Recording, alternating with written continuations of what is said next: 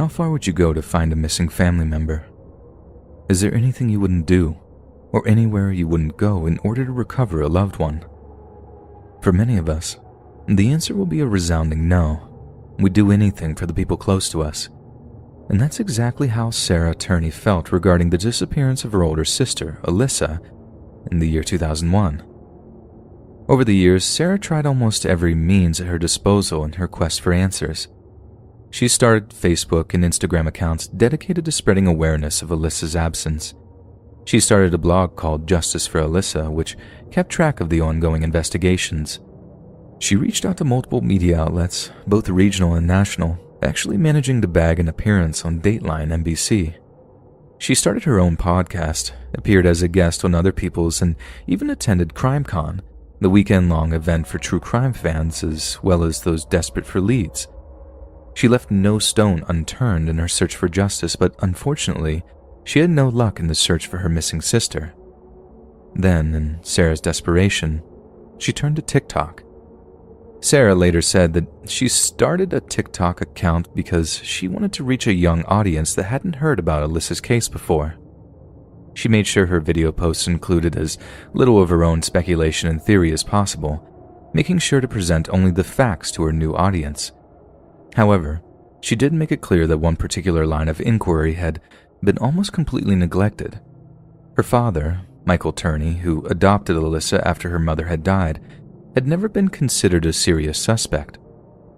After announcing she created a TikTok page dedicated to spreading awareness about Alyssa, she also included a word or two about the people who'd had less than positive things to say about it. She made very clear that no matter what anyone said about TikTok or any other medium, if it helped her get closer to answers surrounding Alyssa's disappearance, it would all be worth it. It was all part of her doing the right thing and fighting for justice. To her astonishment, Sarah quickly gained over 1 million followers on the video app, with each new video post giving her more and more of an audience. In one particular video, Sarah gives a full and frank account of the day her older sister disappeared. At the time, both girls were living with their father, Michael, since their mother, Barbara, had died of cancer. It was her last day of junior year at Paradise Valley High School in Phoenix, Arizona. Sarah, who was 12 years old at the time, says she found her sister's usually neat, tidy bedroom looking like it had been struck by a bomb. It was a total mess. The only sign of Alyssa was her Nokia cell phone that was left on the dresser, along with a note saying she'd gone to California to try to make it on her own. In another video, she talked about why exactly she had such a strong hunch that her father was to blame. And needless to say, Michael Turney was much more of a dark personality than he liked to let on. Because 7 years after Alyssa first went missing, Phoenix Police Department made a rather worrying discovery at Michael's home whilst on a completely separate investigation. A stash of 26 homemade pipe bombs, 3 incendiary devices, and 2 silencers. After he had such volatile equipment confiscated, Michael allowed himself to be interviewed by ABC News.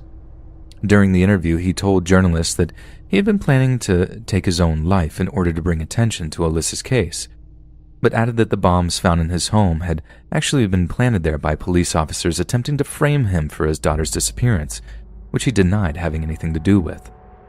They have no proof whatsoever of anything other than rumors, innuendos, and lies. There's only 2 people that can confirm whether I did it, and one is me, and the other is Alyssa. Alyssa's not here, and I'm sitting here, and all I can say until hell freezes over, I didn't do a thing to my daughter. In March of 2010, Michael pleaded guilty to possession of the unregistered pipe bombs and was sentenced to 7 years in prison for owning the explosives and all the silencers. Since April of last year, Sarah has been uploading TikToks about her father's alleged role in Alyssa's disappearance. In one particular video that has accrued over 13 million views, she shared home VHS footage from March 29, 1997, 4 years before Alyssa went missing. In another TikTok, Sarah plays what she claims is a recorded conversation she had with her father a few months after he got out of prison in 2017. The meeting took place at a Starbucks and lasted for over an hour. I felt a lot of different emotions afterwards, Sarah says. I was sad that he still refused to give me any answers.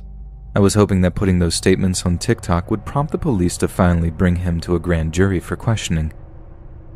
In February of 2019, the case was formally submitted to the county attorney's office requesting homicide charges to be made against Michael, but there was no telling if it would actually be taken seriously or not.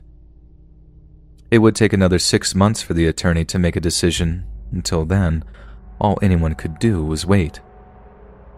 Then, to the shock of almost everyone involved in the case, Michael Turney was indicted on charges of murdering his own daughter.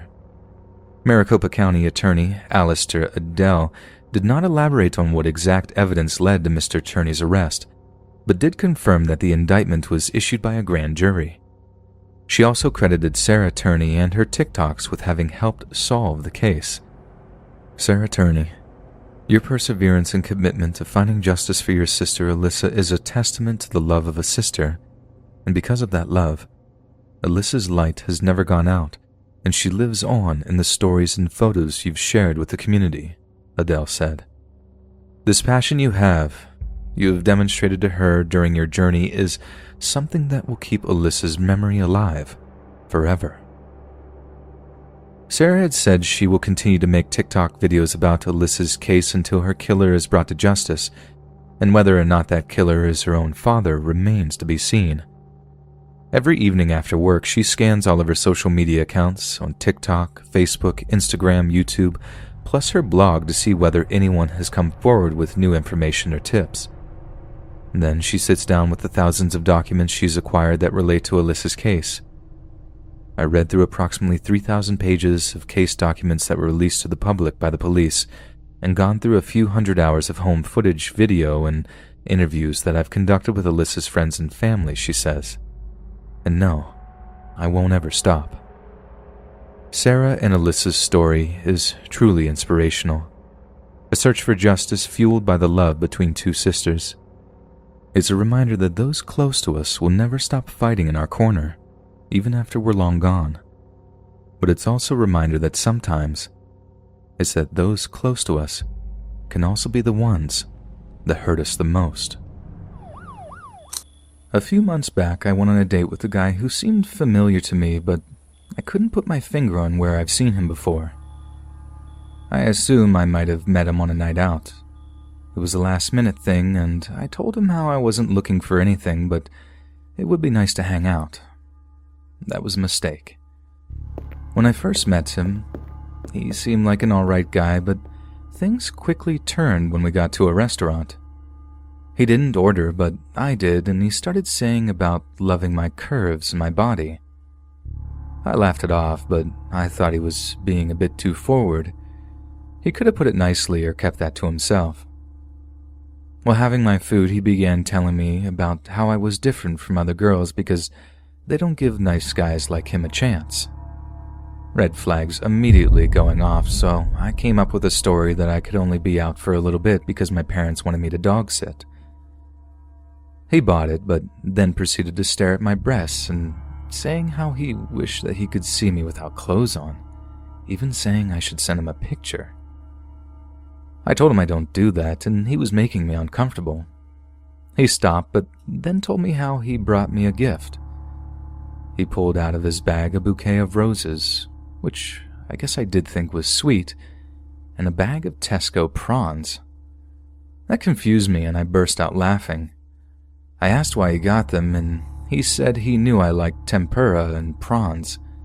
But the thing is, I never once told him I did, so alarm bells were going off again. My head told me to run, but I didn't want to be rude, so I stayed until the time I said I had to go. So I had less than an hour left. Okay, I can do that. He kept talking, but started to scare me because he started guessing aspects of my life. The school I went to, what I was like as a kid, and what I am currently doing. He got every part right. It scared me because I had not told him any of this and haven't posted anything online about it. So I backed away and asked how he knew all of that information. Turned out his mother was one of my teachers in school, and he asked her everything she knew about me and looked online for anything about me currently. I don't know when he asked her, but at this point, I wanted to get out of there. And thank God for my mom. Not long after, I got a text from my mom asking how things were. He didn't see the text, but saw it was my mom, and I just said, "Oh God, my mom and dad got the times wrong for the picture, so I have to go home now for my dog. I'm so sorry." The guy just accepted that and then started to walk me home.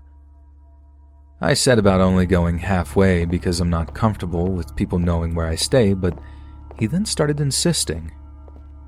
He then dropped the bombshell that he knew that I stayed on X such and such road, but didn't know which house was mine. I told him that is really weird and that it creeped me out that he knew that. He claimed I told him, but I never tell people that. So I started to walk to the main road for my own safety, but he grabbed my hand and said he knew a shortcut. I told him I wasn't comfortable again, and he told me it was fine and basically dragged me to a quiet road. I was getting really scared when he stopped and shoved his tongue down my throat. I shoved him away and told him to stop it, and he apologized. That's when I noticed a stranger walking a dog coming, so I used that and said I needed to go and went to the main road. I thought it was safe, but no. The guy kept walking with me. I stopped and told him I wanted to part there and how it was nice to meet him again. He looked confused and said we have never met. He said about meeting on a night out just to get me to come. I then began saying, "Look, I have to go," when he cut me off, grabbed and pulled me near some bushes, saying, "Before you go, there's one more thing."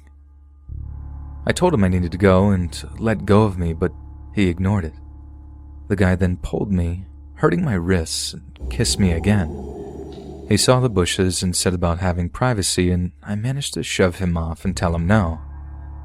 He then grabbed me again and tried to take me to the bush, saying, "It'll only be a second," while I resisted.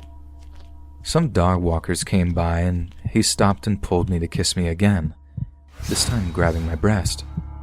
I shoved him and screamed. I said no, and just ran. My heart was racing. I was terrified. I thought he might have tried to do something to me. I kept looking back and he was nowhere to be seen. I ended up taking the long way home just in case. When I got in, I just started to cry. I thought something bad would have happened to me when I got a message from another account. It was him. He said about how lovely it was meeting me and how it was the best date ever, how I was the prettiest girl he'd ever kissed and that he would see me again, adding how he hoped I had a lovely time and that he showed me he was a gentleman, then adding how he was on my road. I just hid on the floor for the rest of the day.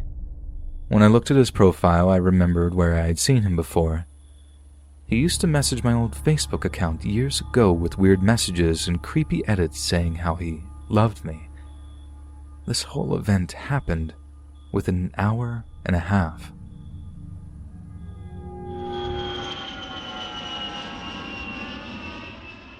I met this friend online this summer before the junior year of high school. I was 16. His name was Josh. We clicked instantly. Our sense of humor matched up, and we very quickly became really good friends. He was a guy, and I a girl. I held no romantic feelings, more so I had a boyfriend. When I was 16, he was 19 and had romantic feelings towards me, and he let me know 6 months into our friendship. He loved me. We didn't have a stable friendship, as he would flip out a lot and would go on extended amounts of time without talking to me. He told me that he couldn't bear to talk to me, knowing that we couldn't be together because I was dating someone else. But I know it was more of a control thing. He wanted to make me feel like I was missing something out. He really hated women. Really, really disliked women and felt most were just users. He told me that I was different, that I was the only true woman he ever met. Real red flag right there. I was young and didn't think much of it. Our friendship was online, instant messaging and FaceTiming. Now, when we stopped talking for some time, he would go to Twitter and demonize me. But when he came back, I would ignore it, as he would come back funny and nice. He had a habit of lashing out at people and making them feel crappy. Another red flag, but I thought I was special and He would never do that to me. I was leading up to my 18th birthday and he said, "When you are 18, you are sending me nudes." I brushed it off as I wasn't going to, but I did notice the dominating tone. Fast forward 2 years, I was 18 and had started going to college and had broken up with my boyfriend in October. Josh took this opportunity to say that he couldn't wait to see me and that if I didn't meet him, he would be over. I had not many feelings for him, but I decided to give it a shot as I couldn't lose him. So I bought plane tickets to where he lived. My parents to this day have no idea about this. I was going on a Friday and would be returning on Monday. I started to feel that I was in love with him and was going to meet the guy I loved. A couple of weeks before going, I started getting cold feet and started hitting off with a guy from a neighboring university. I kissed the guy a day before my flight and decided I didn't have feelings for Josh. I thought that we had been friends for 2 years and he would understand. We could still have a good time as our friendship was worth more. I was naive. When going to the airport, I was certain I didn't love him. And when I reached there, I wanted to leave and never come back. I should have listened to my gut. I saw him outside the airport. He looked malicious and different. I had seen his pictures, but he looked different. He looked creepy here. I hugged him awkwardly, got in his car. We made awkward jokes and conversations. I wished I was in my dorm. We went to his apartment, up into his room, and smoked a few weeds. I fell asleep and woke up to him spooning me and groping me. That's when I unloaded and told him that I was not interested in him in any way romantically. He cried and begged to say that I loved him, and I said that I can't, so went into the bathroom and burned some things and came back normal and played games on his computer. The rest of the trip was just a combination of him being nice and kind to him being completely evil. Here are some of the things he did, or he said he did to me. He talked about me dying, making me sleep in his car, served me spaghetti with moldy sauce, farting on me when I was sleeping, telling my parents I was with him, calling me an idiot, telling me to shut up when I tried to speak, threatened to make me miss my flight and drop me in the middle of nowhere. He kept feeling me up in bed, and when I resisted, he said I wanted it too. When he said these things, I kept my cool and calm, but I was really scared and just wanted to get out of there. It is for 8 p.m., so at 11 a.m. he leaves, and at that time I pack and decide to go to the nearest shopping plaza and take an Uber from there. I ran and was at the end of the street feeling free when 2 arms wrapped around me from behind. He was hugging me. He mumbled something and ran back to his apartment. I ran to the shopping plaza and got an Uber, feeling finally free. I stayed at the airport for 8 hours with nothing to do, but it was better than staying at his place. When I got back, I blocked him from every social media, even LinkedIn.